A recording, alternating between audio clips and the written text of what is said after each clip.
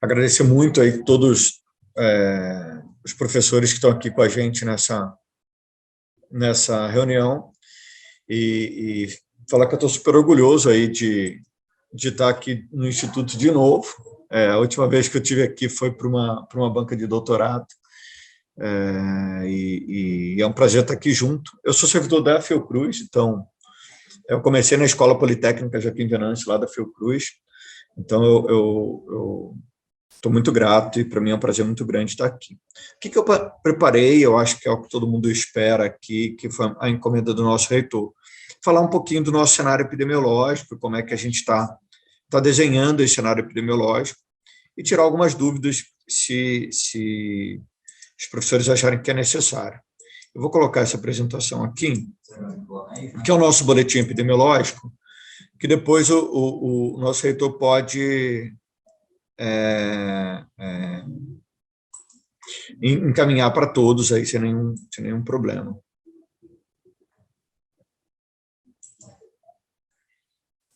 Eu acho que foi. Bom, olha que coisa importante que aconteceu nesse mês de janeiro. Foi um mês de janeiro bastante confuso. Só tirar aqui da tela. Foi um mês de janeiro bastante confuso. Só no mês de janeiro desse ano, a gente teve mais casos de Covid-19 do que no ano de 2020 e 2021. Claro que todo mundo pode acompanhar esses dados online no nosso site, no painel Covid da cidade. A gente olha que em 2020 foram 218 mil casos, 2021, 294, e só em janeiro agora, 337 mil. Então, a gente já ultrapassou, em um mês, todos os casos que a gente teve no ano inteiro do ano passado. Mas olha, casos graves. A gente teve 42 mil casos graves em 20, 43 mil em 21, e em 2022, 1.800.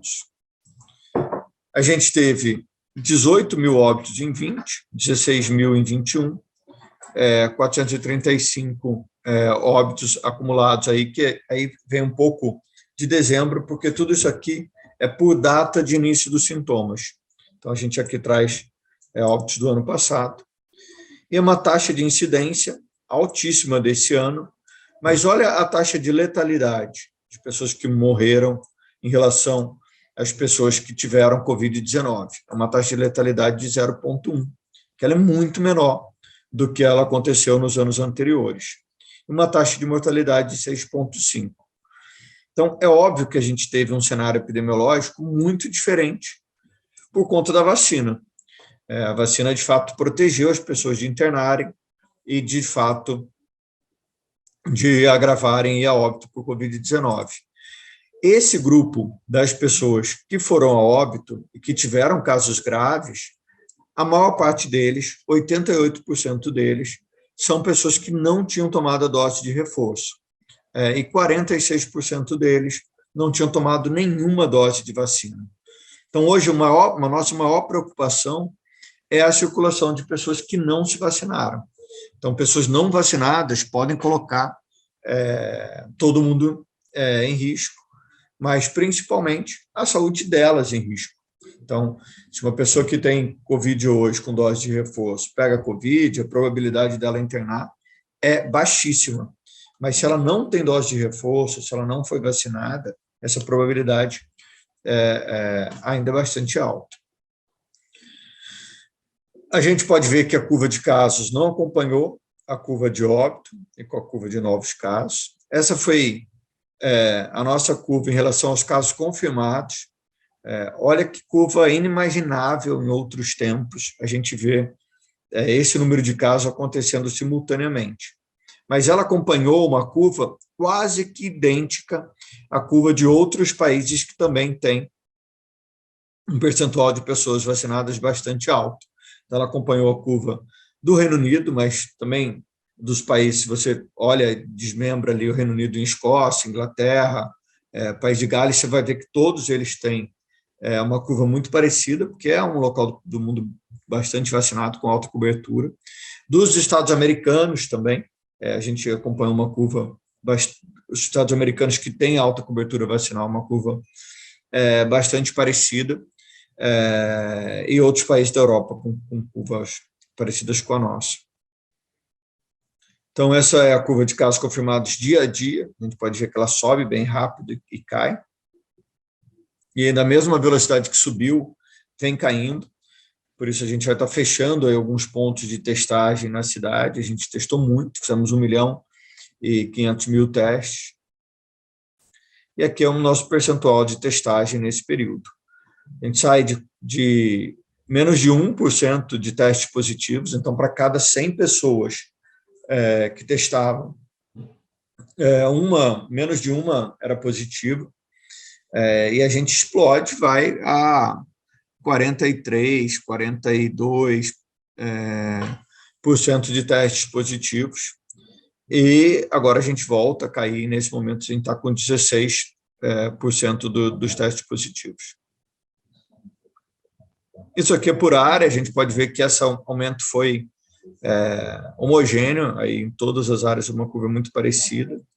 Por faixa etária também é muito parecida, mas a faixa etária de 20 a 40 anos, de 20 a 59 anos, foi a faixa etária que mais circula, que mais foi acometida. Também a gente pode acompanhar a síndrome respiratória aguda grave, a gente pode ver que não houve nenhum aumento expressivo aí de síndrome respiratória aguda grave na população. Esse é o perfil dos internados. A gente teve um aumento de internação. Felizmente, também os internados foram situações muito mais leves do que anteriormente. Tem duas pessoas aqui para admitir, para a Clarissa e a Márcia. E também no mês de fevereiro, agora a gente já vê uma queda também do número de novas solicitações de internação hospitalar. Na última semana, a gente teve um número bem baixo de novas solicitações de internação. Com isso, o número de internados vem caindo aí a cada dia. Então, esse é o nosso perfil de atendimento na rede de internações na rede de urgência e emergência. Também a gente vê os óbitos, como a gente teve um pequeno pico de óbito, mas depois voltou a cair. Uma característica desses óbitos muito diferente das outras, óbitos de pessoas, na maioria das vezes, que não se vacinaram. Por área de planejamento, internações por status dos óbitos, internações por status vacinal. Então, internações em idosos, a gente teve 72 para cada 100 mil com dose de reforço, com esquema vacinal completo, só com primeira e segunda dose, 220 para cada 100 mil, e pessoas não vacinadas, a gente teve 1.853 para cada 100 mil. Então, é uma loucura que a gente vê que pessoas ainda não vacinadas, como elas estão causando problemas para toda a rede de saúde.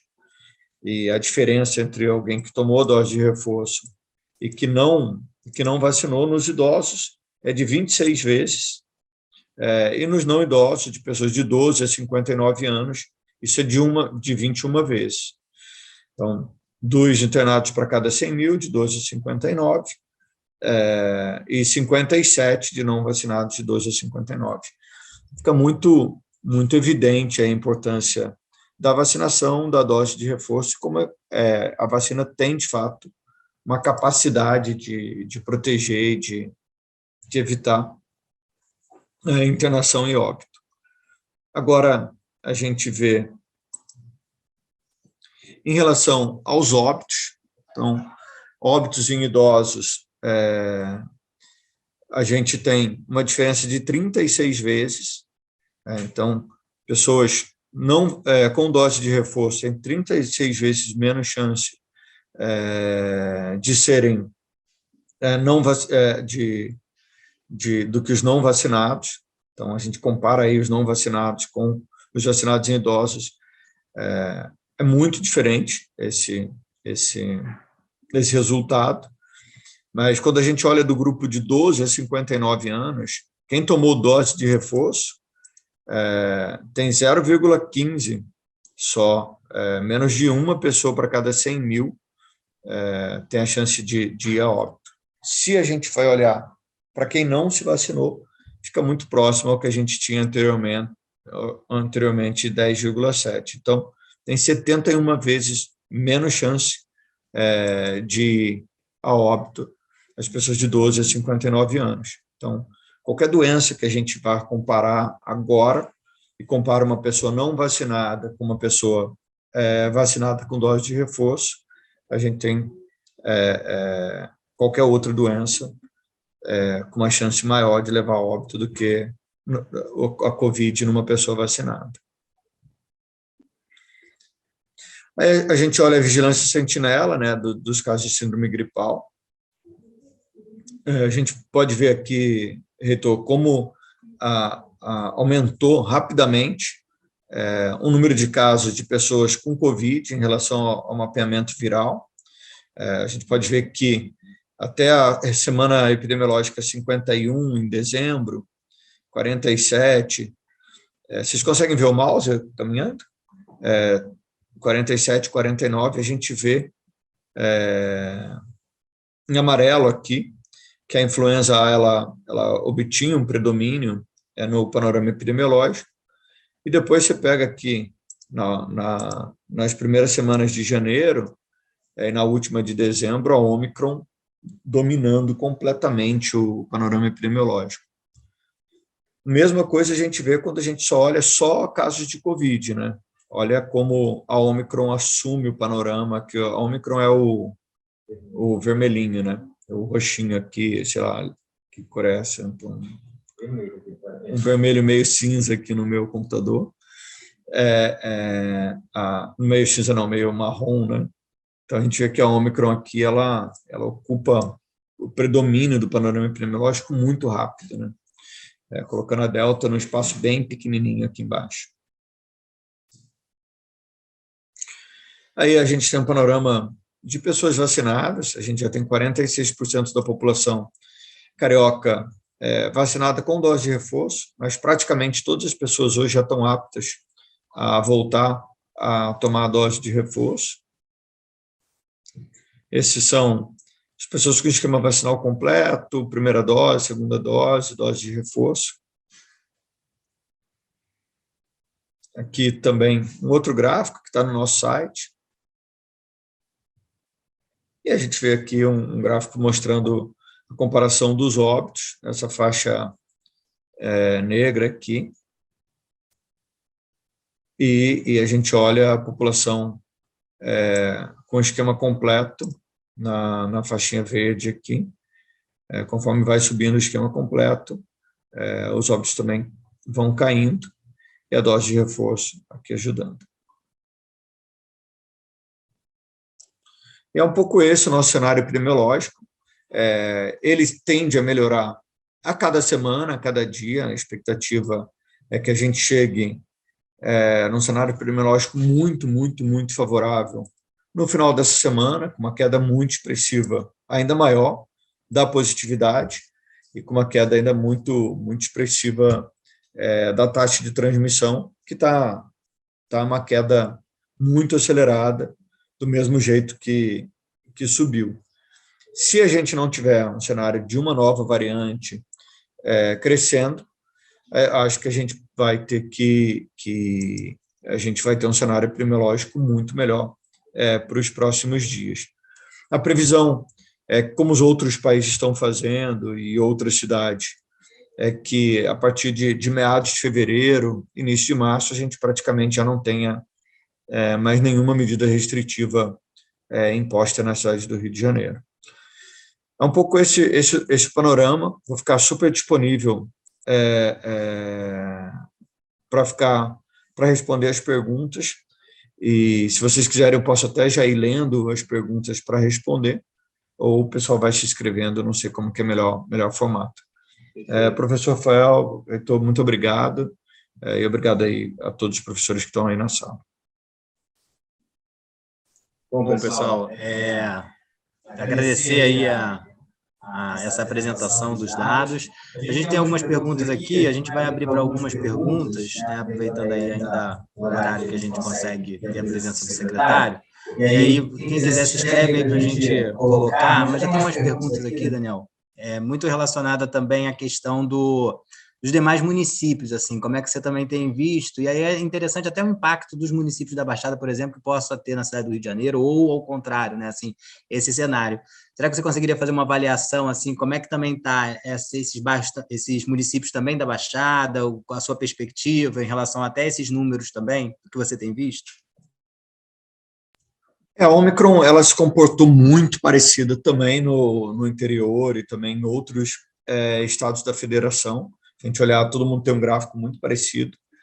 Os municípios da Baixada estão há uns 10 dias atrás, aí do nosso panorama epidemiológico, uns 7 dias, desculpa, não tanto, uns 7 dias atrás, então, todos já estão em queda, apresentando uma queda vertiginosa. O desafio é manter a cobertura da dose de reforço nesses municípios. Então, a gente também precisa crescer na cobertura da dose de reforço na cobertura vacinal, porque o risco são as pessoas que não se vacinaram voltarem a internar e também a ocupar aí os leitos hospitalares, mas o cenário epidemiológico no Grande Rio ele é muito parecido com o cenário da capital, bem pouca diferença no quadro, e a tendência é que todos também, a partir do dia 15, já tenham um cenário epidemiológico muito, muito mais favorável.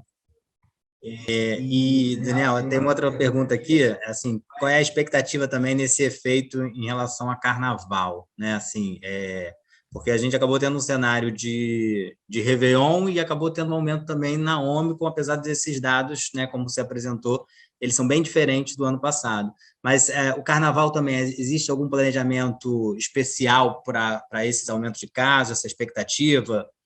Se você puder também esclarecer para a gente. Então, em relação ao carnaval, não tinha como fazer o carnaval, infelizmente. A gente precisou adiar por conta da incerteza, de um cenário de incerteza. A gente não sabia como que a Omicron ia se comportar. Infelizmente, não dava para manter uma festa dessas proporções com um cenário de incerteza. É claro que a gente está vendo que a gente vai ter um cenário epidemiológico muito melhor. O número de casos cai vertiginosamente. E claro que os óbitos demoram mais, demoram mais para acontecer. Então, o cenário epidemiológico ele muda radicalmente, e vocês podem ver isso nas pessoas próximas, podem ver isso também nos polos de testagem, nas unidades de saúde. Os polos de testagem estão completamente vazios, tem um número muito baixo de pessoas procurando as unidades para se testar. Então, a gente tem uma redução muito importante de pessoas com Covid. E a gente tem um problema das pessoas que não se vacinaram. As pessoas que não se vacinaram, com uma disseminação rápida de casos, elas foram internadas, foram para o hospital e geraram óbitos. Então, é muito importante que as pessoas se vacinem, se protejam. Hoje, as festas estão acontecendo na cidade do Rio de Janeiro, todos os eventos estão acontecendo na cidade do Rio de Janeiro, só não acontecem os eventos com pessoas que não se vacinaram. Então, é obrigatório o passaporte vacinal. O Réveillon, ele não alterou o cenário epidemiológico, alterou o cenário epidemiológico foi a Ômicron. O aumento de casos aconteceu exatamente igual, uma curva exatamente igual em todos os países e também em todos os locais do Brasil em que tiveram Réveillon, que não tiveram. Isso não foi um fator de influência, não tem nenhuma evidência científica que mostre isso, apesar de algumas pessoas quererem sempre colocar. Mas a variante Ômicron se comportou exatamente igual nos outros países, né? Maravilha. Obrigado aí pelos esclarecimentos.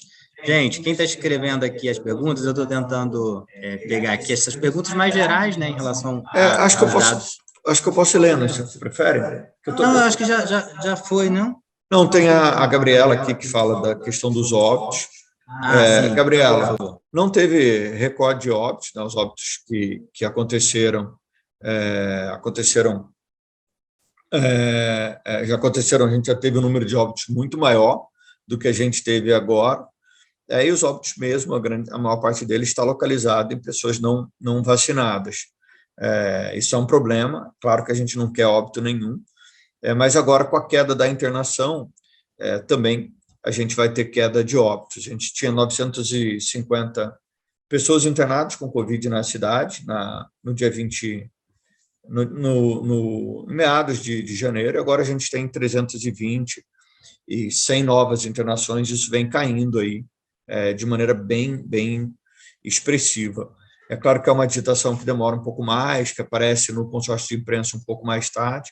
O consórcio de imprensa ele solta pela data da divulgação do óbito e não pela data em que o óbito realmente aconteceu. Então, isso aparece um pouco mais tardio aí, que pode gerar algum confundimento no cenário epidemiológico.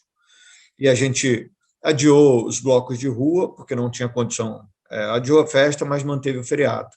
Então, a gente manteve, não tem nenhuma medida restritiva para festa, exceto o passaporte sanitário, então não pode entrar pessoas não vacinadas, e o feriado está mantido aí, as coisas vão continuar acontecendo na cidade, e não há nenhuma indicação de nenhum instituto de pesquisa sério ou de nenhum país fazendo medidas restritivas no cenário que a gente tem hoje, tá?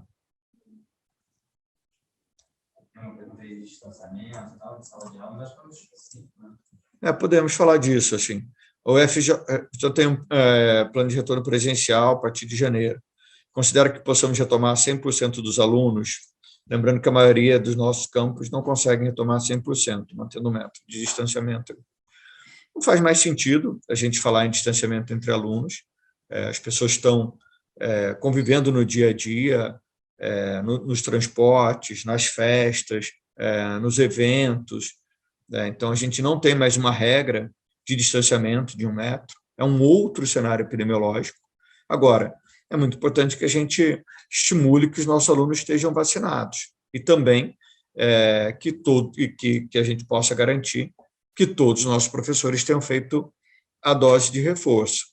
Então, isso é fundamental. E se algum aluno apresentar algum tipo de sintomas e tudo, ele tem que ser orientado a não procurar as aulas. Hoje, 100% da rede municipal de saúde, de educação retomou as suas atividades. Isso aqui não é no Rio de Janeiro, tá? A maior parte das capitais, a maior parte dos lugares retomou as suas atividades presenciais. A Inglaterra está derrubando agora, eles ainda estão num período mais crítico, mas eles derrubam todas as medidas restritivas por lá. Vários países do mundo estão nesse mesmo movimento, porque é um outro cenário epidemiológico pós variante Ômicron, né?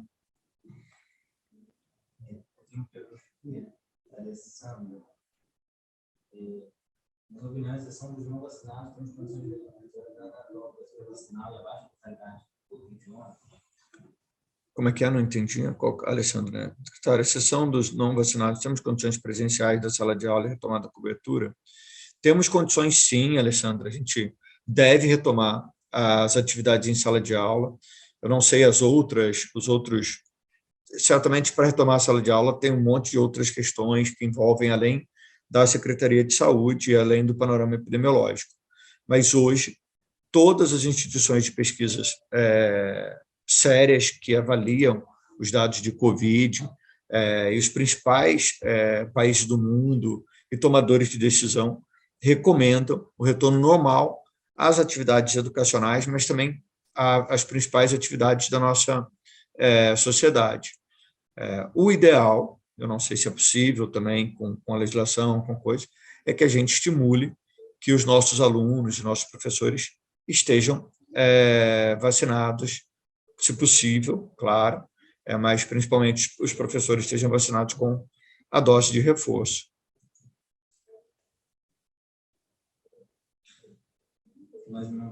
A segunda dose de reforço ela vai ser feita 1 ano depois. A terceira dose, a dose de reforço, a primeira dose de reforço, ela já é suficiente para proteger a pessoa. Então, ainda não tem nenhuma previsão de novas doses de reforço, exceto para as pessoas que têm algum tipo de imunossupressão. Então, se for alguma comorbidade, um idoso que tem algum problema de saúde que possa causar algum tipo de imunossupressão, basta ele chegar numa unidade de saúde, ele pode fazer uma segunda dose de reforço. Existe previsão para a data para a dispensa do uso de máscara? Muito provavelmente deve acontecer no meados do mês de março, se o cenário epidemiológico for continuando de maneira muito confortável, como está acontecendo agora. Mas isso ainda está em discussão, tem que olhar o cenário epidemiológico todo dia. Alguns países já estão colocando datas para isso. Aqui no Rio de Janeiro, a gente espera, vai com muito mais cautela e não vamos fazer isso, vamos deixar essa avaliação um pouco mais para frente. Tem uma pergunta aí que é interessante, que a pessoa fala no caso pessoal em relação à Delta. Há risco, por exemplo, da Delta reassumir os casos prioritários, em relação porque a Ômicron a gente sabe da atuação dela, mas a gente já tem casos de Delta, né? Existe alguma chance? A Delta também é uma doença que também é uma variante que é sensível à vacina. A vacina e a dose de reforço protegem ainda mais contra a variante Delta do que contra a variante Ômicron. Então, a gente não tem que ter esse temor em relação à Delta, né? É uma cepa que já circulou, que já perdeu o predomínio para outra, e ela é uma cepa que é muito sensível às vacinas que a gente tem disponível. Então, a gente não precisa se preocupar com a Delta se a gente tiver o esquema vacinal completo, né?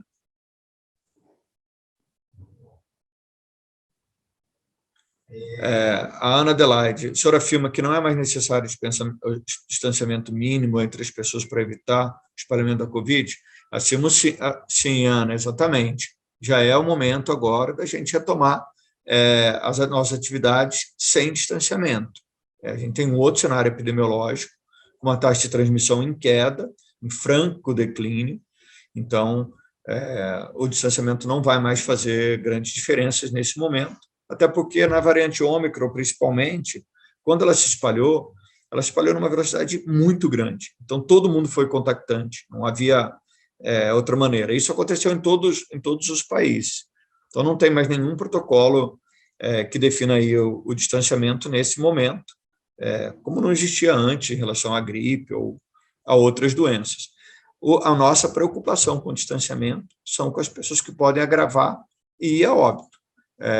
Ou ser internados gravemente por Covid-19, que são as pessoas que não se vacinaram.